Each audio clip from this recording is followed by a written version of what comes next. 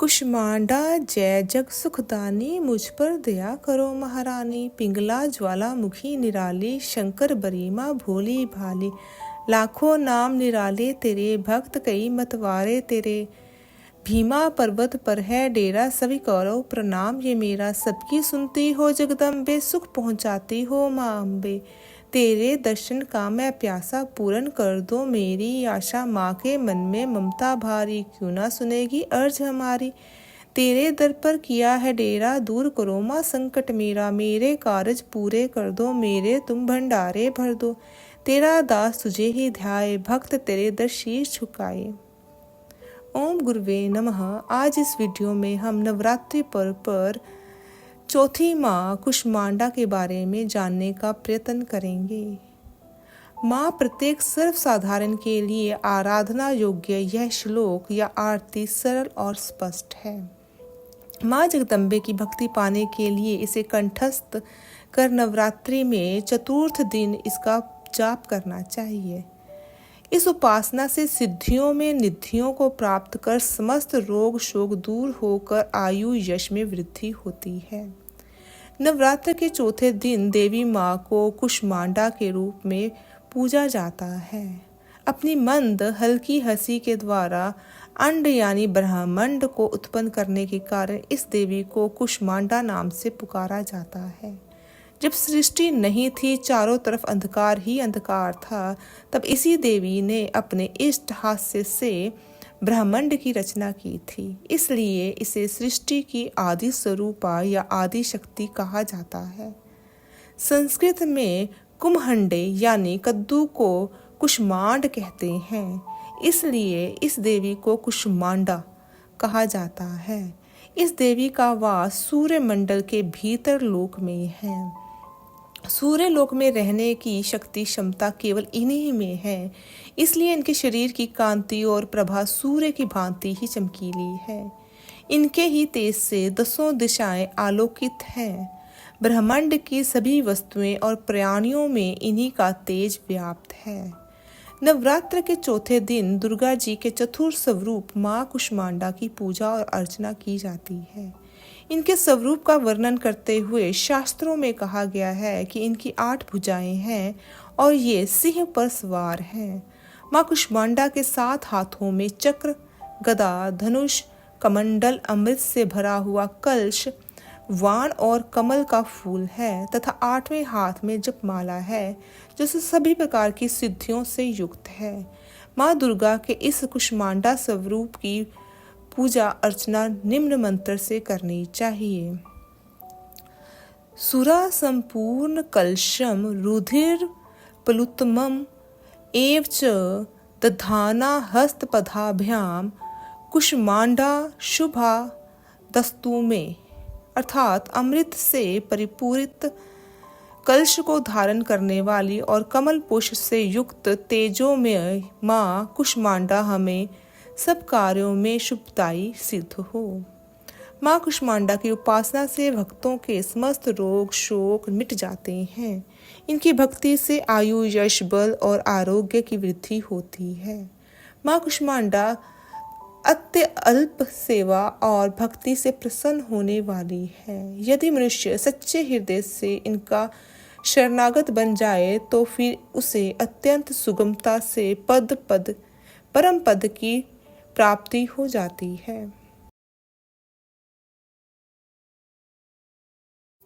माँ कुष्मांडा की उत्पत्ति के बारे में मैंने एक कथा कहीं पढ़ी थी। वहाँ कथा इस प्रकार है।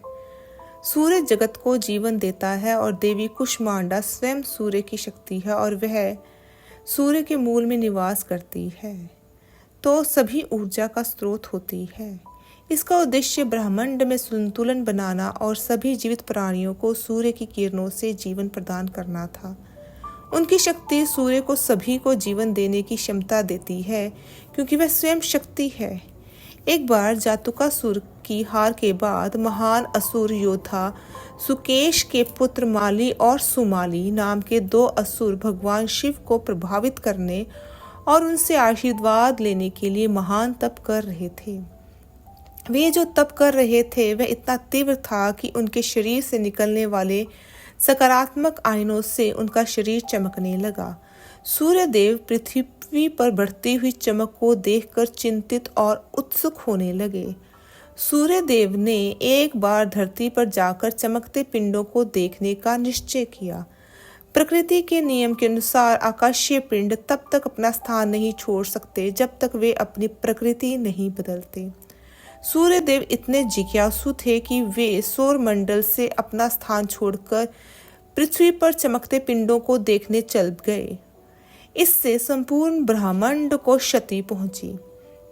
सूर्यदेव सब कुछ नजरअंदाज कर दोनों भाइयों के और करीब चले गए। अपने ध्यान में मंत्र मुग्ध दोनों भाई इस बात से अनजान थे कि सूर्य उनके करीब आ रहा है। सूर्य के निकट आते ही दोनों भाई जलकर राख हो गए। यह बात शिव को पता चली और वे सूर्यदेव पर क्रोधित हो गए। उसने अपना त्रिशूल सूर्यदेव की ओर फेंका, जिससे वे निष्क्रिय हो गए। परिणाम स्वरूप संपूर्ण विश्व और सौर मंडल अंधकार में चला गया।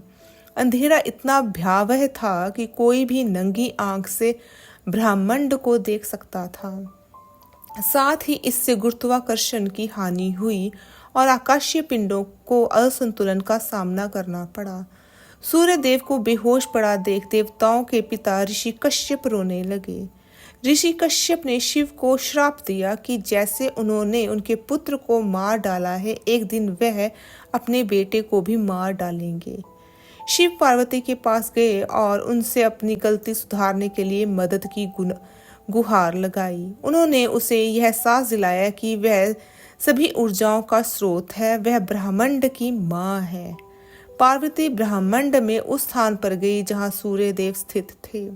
उन्होंने अपनी उग्रता से अग्नि और प्रकाश से भरा एक गोलाकार शरीर बनाया, जिसे अब सूर्य के नाम से जाना जाता है। जैसे ही पार्वती उस आग के गोले से बाहर निकली, वह ब्रह्मांड की शाश्वत सुंदरता की तरह खिल उठी। बाद में सुकेश और ऋषि कश्यप स्थान पर पहुंचे। सुकेश आंसुओं से भर गया, हालांकि ऋषि कश्यप क्रोधित थे। ऋषि कश्यप ने शिव को श्राप दिया कि जैसे उन्होंने अपने बेटे को मारा है, वैसे ही एक दिन वह अपने बच्चे को भी मार डालेंगे। शिव ने इस स्थिति पर समाधान पाने के लिए सुकेश और ऋषि कश्यप दोनों को देवी पार्वती के पास जाने के लिए कहा। सूर्यदेव को जीवित करने के लिए ऋषि कश्यप देवी अदिति के साथ देवी पार्वती के पास गए। देवी पार्वती रसोई में गई और 2 बर्तन ले आई। देवी पार्वती ने उन दोनों से अपने रक्त से एक घड़ा भरने को कहा। ऋषि कश्यप ने अपनी शक्ति से उन दोनों के शरीर के रक्त से घड़ा भर दिया। फिर दूसरा घड़ा अपने आप अमृत से भर गया। पार्वती ने ऋषि कश्यप से पवित्र रक्त और अमृत को सूर्यदेव के मुख में डालने के लिए कहा। बदले में ऋषि कश्यप ने कहा कि उन्हें एक बच्चा होगा जो पूरे ब्रह्मांड में सबसे महान और सबसे अच्छा भगवान होगा।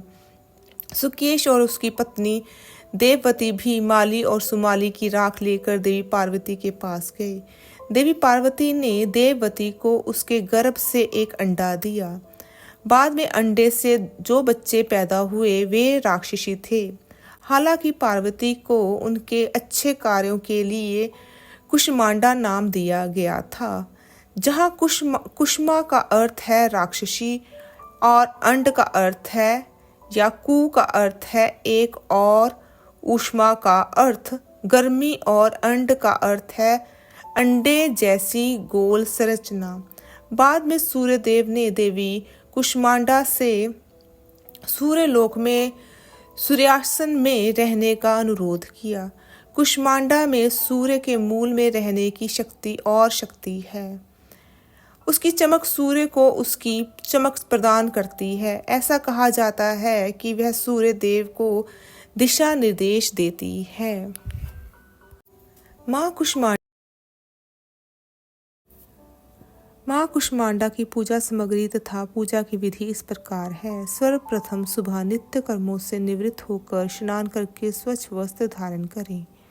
चौकी को साफ करके वहां गंगा जल का छिड़काव करें। चौकी पर आपने एक दिन पहले जो पुष्प चढ़ाए थे उन्हें हटा दें। आपको बता दें, चूंकि चौकी की स्थापना प्रथम दिन ही की जाती है, इसलिए पूजन स्थल पर विसर्जन से पहले झाड़ू ना लगाएं। इसके बाद आप पूजन स्थल पर आसन ग्रहण कर लें। इसके बाद माता की आराधना शुरू करें। सबसे पहले दीपक प्रज्वलित करें। अब ओम गम गणपतये नमः का 11 बार जाप करके भगवान गणेश को नमन करें। इसके बाद अब ओम देवी कुष्मांडाय नमः मंत्र के द्वारा माँ कुष्मांडा का आवाहन करें। साथ ही माता को नमन करके न मंत्र के साथ माँ कुष्मांडा का ध्यान करें। प्रथम पूज्य गणेश जी और देवी माँ को कुमकुम का तिलक लगाएं। कलश, घट, चौकी को भी हल्दी, कुमकुम, अक्षत से तिलक करके नमन करें। इसके बाद धूप सुगंधी जलाकर माता जी को फूल माला अर्पित करें। आप देवी जी को लाल और पीले पुष्प अर्पित कर सकते हैं। निर्वणा मंत्र ओम ऐं ह्रीं क्लीं चामुंडाय विच्चय का यथाशक्ति अनुसार 11, 21, 51 या 108 बार जप करें। एक धूपदान में उपला जलाकर इस पर लोबान, गुग्गल, कपूर या घी डालकर माता को धूप दें और इसके बाद इस धूप को पूरे घर में दिखाएं। आपको बता दें कि कई साधक केवल अष्टमी या नवमी पर हवन करते हैं, वही कई साधक इस विधि से धूप जलाकर पूरे 9 दिन तक साधना करते हैं। आप अपने घर की परंपरा या अपनी इच्छा के अनुसार यह क्रिया कर सकते हैं। जब भोग के रूप में मिठाई या फल माता को अर्पित करें। इसके बाद माँ कुष्मांडा की आरती लगाएं या गाएं।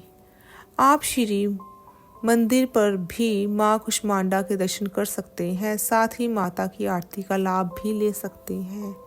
अब माँ दुर्गा की आरती करें। माँ अम्बे की भी आरती श्री मंदिर पर उपलब्ध है। इस तरह आपकी पूजा का समापन करें। सबको प्रसाद वितरित करके स्वयं प्रसाद ग्रहण करें। इनकी पूजा करने से असाध्य रोगों से मुक्ति और अच्छी सेहत का आशीर्वाद प्राप्त होता है। माँ दुर्गा का यह स्वरूप अपने भक्त को आर्थिक ऊंचाइयों पर ले जाने में निरंतर सहयोग करने वाला है। माँ कुष्मांडा के आशीर्वाद से आर्थिक स्थितियाँ मजबूत होती हैं, साथ ही घर से दरिद्रता दूर होती है। ऐसे में आप पूजा के साथ माँ कुष्मांडा की आरती ज़रूर करें। ऐसा करने से सुखों की प्राप्ति होती है।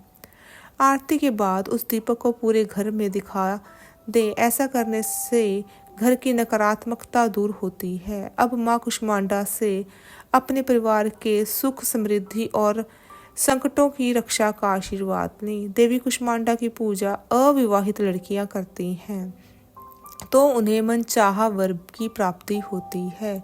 सुहागिन स्त्रियों को अखंड सौभाग्य मिलता है। इनका निवास स्थान अनाहत चक्र में है। जब अनाहत चक्र की ऊर्जा आध्यात्मिक चेतना की ओर प्रवाहित होती है, तब हमारी भावनाएं भक्ति, शुद्ध ईश्वर प्रेम और निष्ठा की ओर उन्मुक्त होती हैं। यदि यह सांसारिक कामनाओं की ओर उन्मुक्त होती हैं, तो इच्छा, द्वेष, जलन, उदासीनता और हताशा भाव में वृद्धि होती है। इन माता के साथ हम बुध ग्रह को जोड़कर जानते हैं। कुष्मांडा मंदिर की पौराणिक कथा और कहानी जानने से पहले यह जान लेते हैं कि यह मंदिर भारत के किस राज्य और शहर में मौजूद है। यह पवित्र और फेमस मंदिर भारत के सबसे बड़े राज्यों में से यानी कि उत्तर प्रदेश में है।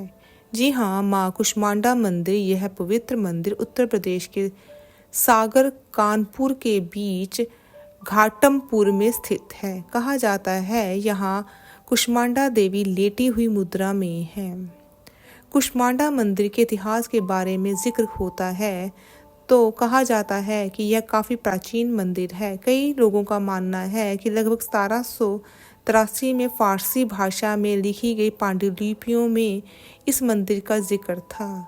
कई लोगों का मानना है कि लिखी गई पांडुलिपियाँ जिसका नाम एश अफजा था और उसमें माता कुष्मांडा और माता भद्रकाली के स्वरूपों का वर्णन किया गया है। कानपुर के प्राचीन लेखकों द्वारा भी इस मंदिर का जिक्र मिलता है।